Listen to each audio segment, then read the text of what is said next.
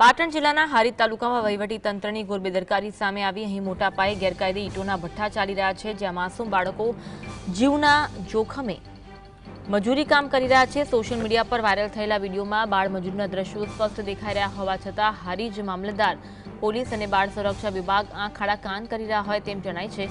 આરોગ્ય અને બાળ કલ્યાણ વિભાગની નિષ્ક્રિયતાના કારણે ભઠ્ઠા માલિકો બેફામ બન્યા છે। શું જવાબદાર તંત્ર આ માફિયાઓ સામે લાલાક કરશે કે પછી બાળકોનું ભવિષ્ય ધૂળમાં જ રોગદોડાતું રહેશે, તે એક મોટો પ્રશ્ન છે। નાના બાળકોને મજૂરી કરાવવામાં આવતી હોવાના દ્રશ્યો અનેક સવાલો ઊભા કરી રહ્યું છે। જ્યારે બાળકોની ભણવાની ઉંમર હોય ત્યારે તેમની પાસેથી મજૂરી કામ કરાવવામાં આવી રહ્યું છે।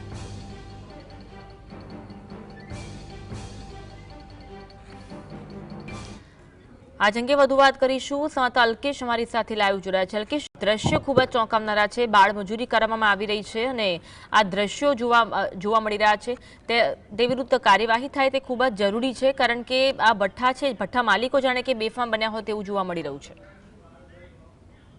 અને ચોક્કસ પાટણ જિલ્લામાં ચાણસ્મા, હારીજ અને સિદ્ધપુર આ ત્રણ તાલુકામાં ગેરકાયદેસર ઈંટોના ભઠ્ઠા ખૂબ જ મોટા પ્રમાણમાં ધમધમી રહ્યા છે। ત્યારે આજે હારીજ તાલુકામાં વાઘેર રોડ ઉપર, કુકરા રોડ ઉપર એક જે ઈંટોના ભઠ્ઠા હતા એ ભઠ્ઠા ઉપર જે કામગીરી ચાલી રહી છે એ કામગીરીમાં નાના બાળકો પણ ક્યાંક ને ક્યાંક કામ કરતા એવો વિડીયો વાયરલ થયો છે। આ જે કામગીરી ચાલી રહી છે એ ખરેખર બાળ મજૂરીની વાતો કરવા સામે એક મશ્કરી સમાન છે। અને બીજી બાજુ જો વાત કરવામાં કે અહીંયા જે હારીજ તાલુકામાં ઈંટોના ભઠ્ઠામાં જે પરિવારો છે એ તમામ પરિવારો યુપી, બિહારથી આવેલા છે। એ લોકોની ક્યાંક ને ક્યાંક જે નોંધણી થવી જોઈએ નોંધણી થઈ નથી। સાથે સાથે અહીંના જે વહીવટી તંત્ર છે, પોલીસ તંત્ર, એસઓજી હોય કે પછી મામલતદાર કે ટીડીઓ હોય, એ આ જે જગ્યા ઉપર ઈંટના ભઠ્ઠા ધમધમી રહ્યા છે એને માટે લાયસન્સ લેવા જરૂરી છે, ચીમની જરૂરી પણ એક પણ જે કહેવાય ને કે એના નીતિ નિયમો વગર આ ધમધમી રહ્યા છે। ક્યાંક ને ક્યાંક તંત્રની સાથે જે ઈંટોના ભઠ્ઠાના માલિકો છે એ લોકોની મિલીભગતના કારણે આવું થયું છે। અને નાના બાળકો જે યુપી, બિહારથી આવ્યા છે એ એમના માતા પિતાના પરિવાર સાથે રહેતા હોય છે, એ લોકો પણ ક્યાંક ક્યાંક મદદ કરતા હોય છે। ખરેખર કહેવાય ને કે એક બાળ મજૂરી માટે આ શોષણ એક કહેવાય છે। અને હાલ જે આ વિડીયો વાયરલ થયા છે એ વિડીયો વાયરલ સોશિયલ મીડિયાથી થકી આવ્યા છે।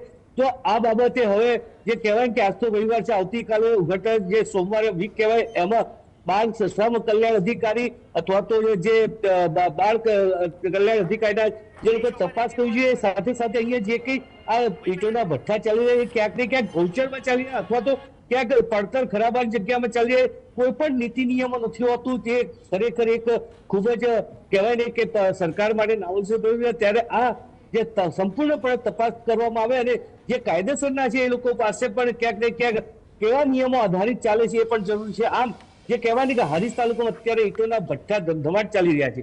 જી અન્વી, બિલકુલ કહેવાય કે માલિકો સામે અનેક પ્રશ્નો ઉઠી રહ્યા છે અને અવારનવાર જ્યારે એવા દ્રશ્યો જોવા મળતા હોય ત્યારે કડક કાર્યવાહી થવી જોઈએ, કડક નિયમો બનવા જોઈએ, તે ખૂબ જ જરૂરી છે। કારણ કે આ જે બાળકો છે તેમની ભણવાની ઉંમર છે ને ભણવાની ઉંમરમાં તેમની પાસેથી બાળમજૂરી કરવામાં આવી રહી છે।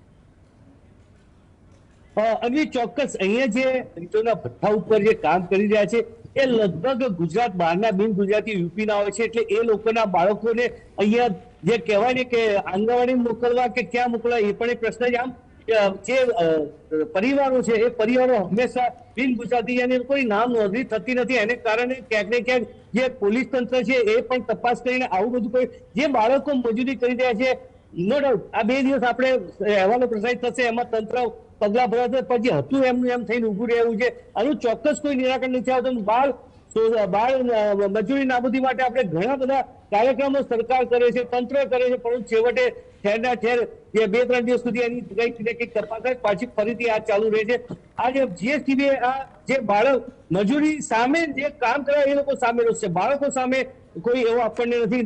મજૂરી ના થવી જોઈએ, એ લોકોની અત્યારે રમવા ભણવાની ઉંમર છે, છતાં પણ એના જે કહેવાય ને માતા પિતા એક સામાન્ય 100-200 માટે એ લોકોની સાથે જીવન સાથે ખેલવાડ કરી રહ્યા છે। જી અન્વી, જી અલ્કેશ, આભાર જોડાવા માટે અને આ સમગ્ર મામલે માહિતી આપવા માટે। ઘણા બધા ગંભીર સવાલો કહી શકાય। એક તો ભઠ્ઠા જે ચલાવે છે તે માલિકો વિરુદ્ધ પણ ઘણા બધા સવાલો ઉઠી રહ્યા છે, કારણ કે માલિકોની નજર હેઠળ આ રીતે બાળકો છે તે મજૂરી કામ કરતા જોવા મળી રહ્યા છે. અવારનવાર આવા દ્રશ્યો જોવા મળતા હોય છે. ઘણી બધી વખત સ્કૂલમાં બાળકો પાસે કામ કરાવવામાં આવતું હોય તેવા પણ દ્રશ્યો જોવા મળતા હોય છે.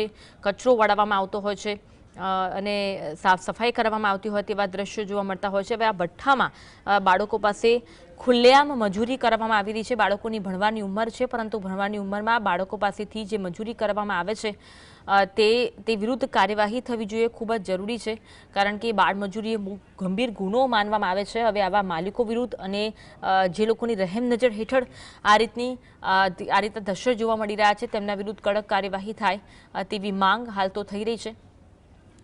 સાથે સાથે તેમના માતા પિતાનું પણ નિવેદન નોંધવું ખૂબ જ જરૂરી છે.